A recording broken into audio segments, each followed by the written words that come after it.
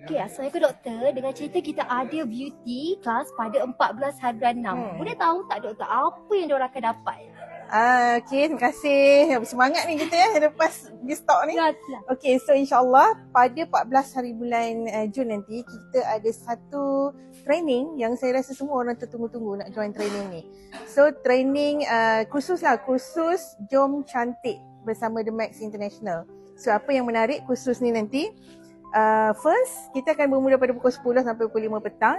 Ada sijil, ada makan, dapat percuma trial set The Max Skin Solution. So jadi trial set tu kalau kita beli pun dah 100 setengah.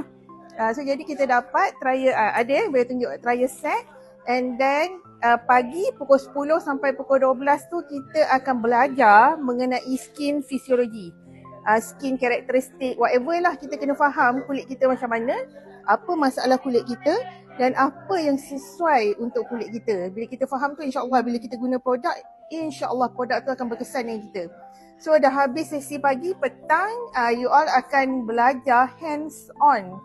Demo, buat sendiri teknik-teknik facial muka daripada A to Z. Maknanya daripada start dengan macam mana kita nak remove makeup, deep cleansing technique, double cleansing technique, and then pakai toner, moisturizer, everything, serum kan, kita ada banyak jenis serum.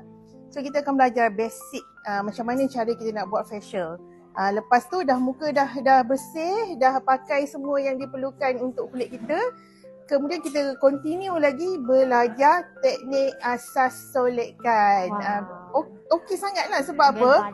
Muka kita kalau tak touch up kan nampak macam pucat pula kan. So jadi kita light saja.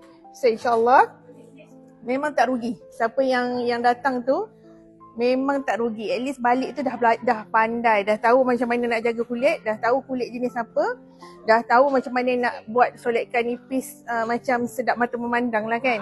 So jadi tu semua perfect dah.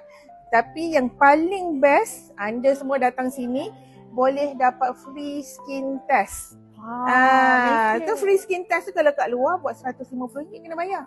Kat sini percuma. So jadi datang, pergi check kulit kita, baru kita tahu apa masalah kulit kita. Sebab yang ni dia 3D skin model. Dia check sampai dekat analyze sampai dalam kulit kita. So boleh tengok, jadi boleh tahu apa masalah kulit, boleh tahu jenis kulit, boleh tengok kulit kita tu, umur kulit kita tu berapa tahun, umur tua lagi ke kulit tua lagi, usia kulit tua lagi daripada kita kan. Jadi so bila kita dah tahu, dah buat sendiri, jadi barulah kita faham apa yang sesuai untuk kulit kita. So insyaAllah jangan lupa bersama kami pada 14 hari bulan 6 Sabtu. Korang booking slot sekarang sebab kita ada lebih kurang 5 seat sahaja. Yang best korang makan dibagi, sijil dibagi lagi. Ya Allah, apa lagi nak cari? Cepat korang datang ramai-ramai. Tapi macam dah nak penuh dah macam mana tu? Okay. Dah penuh dah korang, cepat. Okay, so stay tune, jumpa lagi. Assalamualaikum.